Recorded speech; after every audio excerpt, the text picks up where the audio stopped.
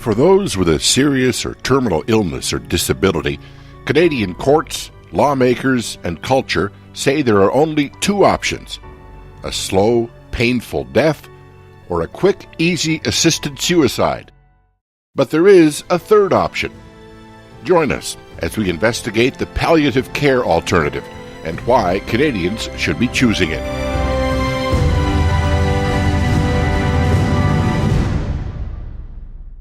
Our exploration of palliative care takes what some might think is a surprising turn. We speak with Rick Ludwig. He's a funeral director in Ontario and the owner of Kitching, Steep and Ludwig Funeral Home. Rick has been a funeral director for a little over 20 years, and we asked him what his perspective is on the benefits of palliative care. If there are families who are experiencing a life-threatening diagnosis, quite often one of the things that they want to talk about together, if they're in a relationship or with their family members, is what's going to happen down the road, what will we do, and often the discussion of what would the funeral plans be, do we have cemetery arrangements, that type of thing come into it, and the funeral director gets drawn into the discussion. And being a part of that discussion, we often start talking about what supports are there out there, what can you do, how can you prepare, how can you spend the rest of your life living and not just focus on dying. We asked Rick whether the legalization of assisted suicide changed things for funeral directors. We talked about this a lot around sort of the lunch table together, is how is this going to impact us? I mean, we could say it's at arm's length, the doctors and nurses, but we could conceivably see people planning their funerals and saying, either I'm planning to be euthanized, it's going to happen in my home, and I want the funeral director to be there so that when my death occurs, I'm not laying there for hours. Or we could get people, when they're planning ahead, start asking us questions, what is our advice on that? If I get to a certain point, how do I arrange for euthanasia? Or what do you think of that? Somebody joked with me about that, oh, that'll be good for your profession, right? Everyone's going to die. So the timing, I think, is somewhat irrelevant that way. I think what we're more concerned about is healthy living. That's what we're about for people before their death, but also for people who have survived the death of a loved one. And if our understanding of death and the whole circle around death of what we do, how we can be prepared, how we can be cared for, becomes really muddied and churned up water, I think that doesn't serve anybody well. And if somebody makes a decision that is harmful or difficult for the rest of the family, I think that's going to be difficult. Because we have to also remember that I think we've got an idea that assisted suicide is just a peaceful going to sleep.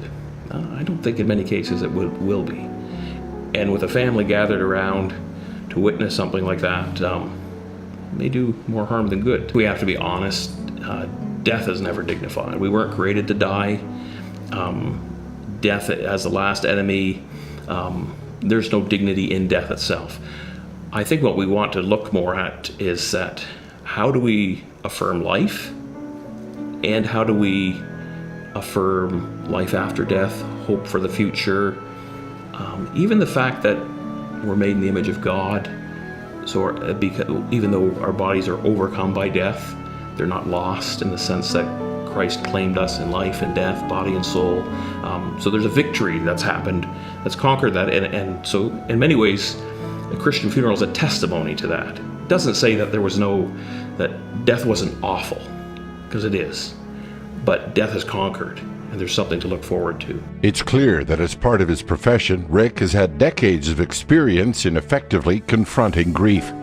We asked him how end-of-life care should ideally be approached. I think improved palliative care not only encompasses medical care, which means helping people with pain and suffering, medically speaking.